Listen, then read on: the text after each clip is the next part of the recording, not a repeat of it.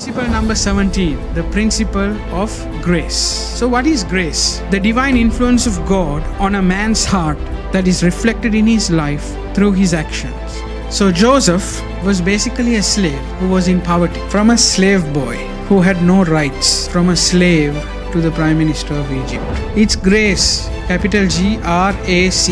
But then God chose one person to deliver the entire family and the generation and the generations to come from the curse of poverty. Grace enables you to prosper. Prosperity comes through grace.